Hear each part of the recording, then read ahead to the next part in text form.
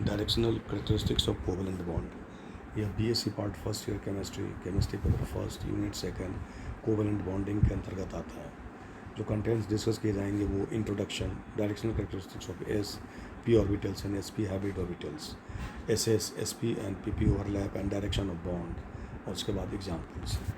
I am doctor Magan Prasad, associate professor, department of chemistry, MSc government PG college, Bharatpur, Rajasthan.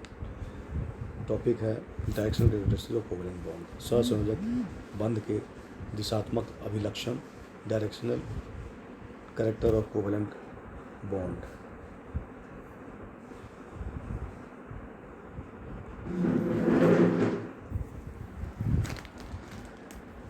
Hydrogen अणु की संरचना भली भांति समझाने के पश्चात 1931 में पॉलिंग स्लेटर ने संयोजकता बंध सिद्धांत का उपयोग एवं अन्य बंधों अणुओं में बंधन तथा उनकी संरचना समझाने के लिए किया।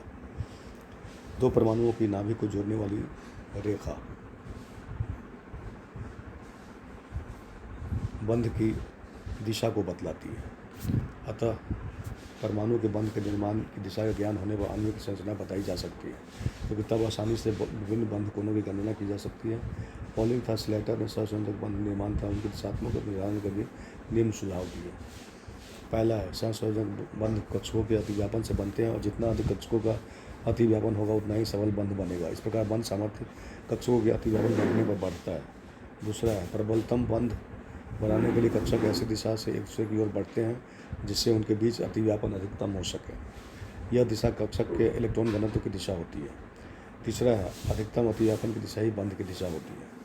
उपर्युक्त बिंदुओं से स्पष्ट होता है किसी बंध की दिशा बंधन में सम्मिलित कक्षकों की दिशात्मकता पर निर्भर करती है। अतः नीचे SP तथा SP संकरित कक्षकों की दिशात्मकता पर प्रकाश डाला गया है। इस कक्षक की दिशात्मकता,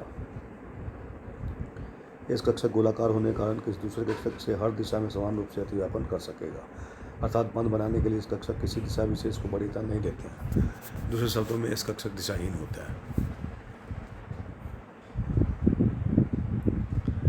पी कक्षकों की दिशात्मकता, किसी परमाणु में पी कक्षक परस्पर लंबवत होते हैं।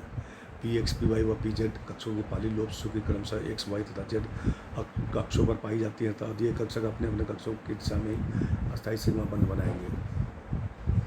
उदाहरण के लिए PX कक्षक X अक्ष पर ही अस्थायी सिग्मा बंध बनाएगा। इसी पर PY कक्षक Y अक्ष की दिशा में तथा PZ कक्षक Z अक्ष की दिशा में अस्थायी सिग्मा बंध का निर्माण कर सकेंगे।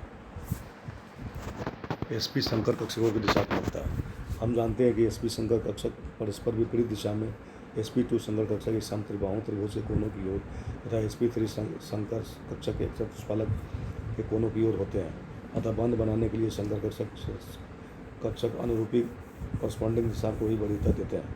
उपयुक्त जानकारी के आधार पर विभिन्न प्रकार के अतिव्यापनों से बने बंधों की दिशा का आसानी से अनुमान लगाया जा सकता है।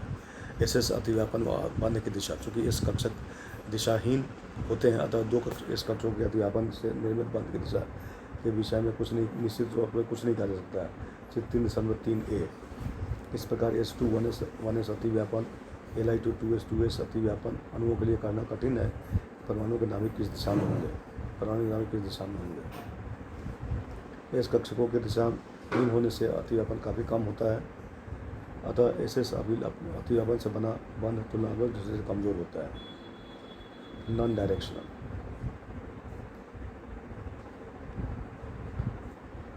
SS SPX है, PX जो है सो X एक्सिस की दिशा में है, S नॉन डायरेक्शनल है, इसके बॉन्ड की दिशा X एक्सिस पे ही होगी, X कक्षक पर। PX ये भी X एक्सिस की ओर ही दिशान्मुख होगी। SP अतिव्यापन व बंध की दिशा, SP overlapping and direction of bond. यदि S कक्षक दिशाहीन होते हैं, P कक्षक दिशामुखी होने के कारण अपनी दिशा में ही बंध का निर्माण करते हैं। चित्र 3.3b।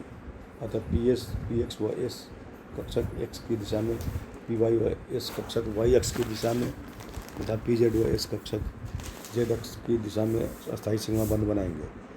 P कक्षक S कक्ष की अपेक्षा अधिक दिशात्मक होने के कारण PS अतिव्यापन से बना बंध SS अतिव्यापन से बने बंध की अपेक्षा अस्थायी होगा। उदाहरण के लिए HCl के निर्माण में Cl का 3PZ कक्षक HKA1X कक्षक से अतिव्यापन कर जो बंध बनाता है वो जेड अक्ष की ओर दिशामुखी होगी। पीपी अतिव्यापन व बंध की दिशा। पीपी अतिव्यापन से बने सीमा बंध की दिशा वही होगी जो पी की दिशा है। इस प्रकार पी एक्स पी वाई तथा पी जेड अतिव्यापन से बनने वाले सीमा बंधों की दिशा क्रमशः एक्स वाई और जेड कक्षकों की होगी। उदाहरण के जब दो नाइट्रोजन परमाणु एक दूसरे के निकट आते हैं तो उनके एक एक कक्षक उदाहरण के लिए पी एक्स कक्ष पर अतिव्यापन सीमा बंध का निर्माण करते हैं। शेष दो अक्ष पी वाई और पी जेड की सीमा बंध के वो आपस में लंबवत है। समपार्श्विक अतिव्यापन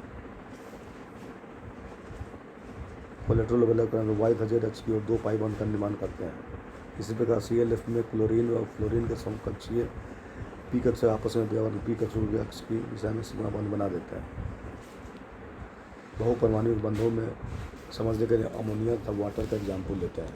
इसमें केंद्रीय परमाणु नाइट्रोजन 1:2:2 2px1 2py1 2pz1 तथा ऑक्सीजन 1:2:2 2px2 2py1 2pz1 में क्रमशः 3 तथा 2 अयुग्मित इलेक्ट्रॉन पी कक्षकों में रहते हैं। अतः N तथा O परमाणु क्रमशः 3 व 2 हाइड्रोजन परमाणुओं के साथ अतिव्यापन कर सिग्मा बंध बनाते हैं। तो इन बंधों की ऋणात्मकता NH3 में X, Y तथा Z अक्षों की ओर तथा H2O में Y और Z अक्षों की ओर होनी चाहिए, जैसा कि दिखाया गया है।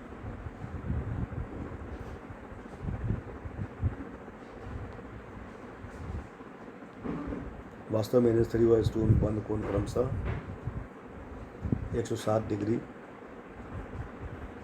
व 104 डिग्री होता है। प्रारंभ में बंध कोण में इस प्रकार इस वृद्धि को इलेक्ट्रॉन के बंध युग्म मध्य प्रतिकर्षण के आधार पर समझाया गया था, लेकिन बाद में पॉलीमर तत्व के बंध कोण में इतनी वृद्धि इलेक्ट्रॉन प्रतिकर्षण के कारण नहीं हो सकती। उन्होंने उपयुक्त तथा अन्य बहुत से अणुओं बंधों की समानता और बंध कोणों की व्याख्या के लिए संकरण की धारणा प्रस्तुत की, जिसका सविस्तार विवेचन आगे दिया गया है। तो आज के टॉपिक में जो सो हम इतने ही जो सो डिस्कस किए हैं। इसके बाद सबसे पहले हम हाइब्रिडाइजेशन के बारे में बात करेंगे और उसके बाद और अलग टॉपिक के बारे में बात करेंगे, जिससे कि ये टॉपिक जो सो अच्छे से क्लियर हो जाएगा। Thank you.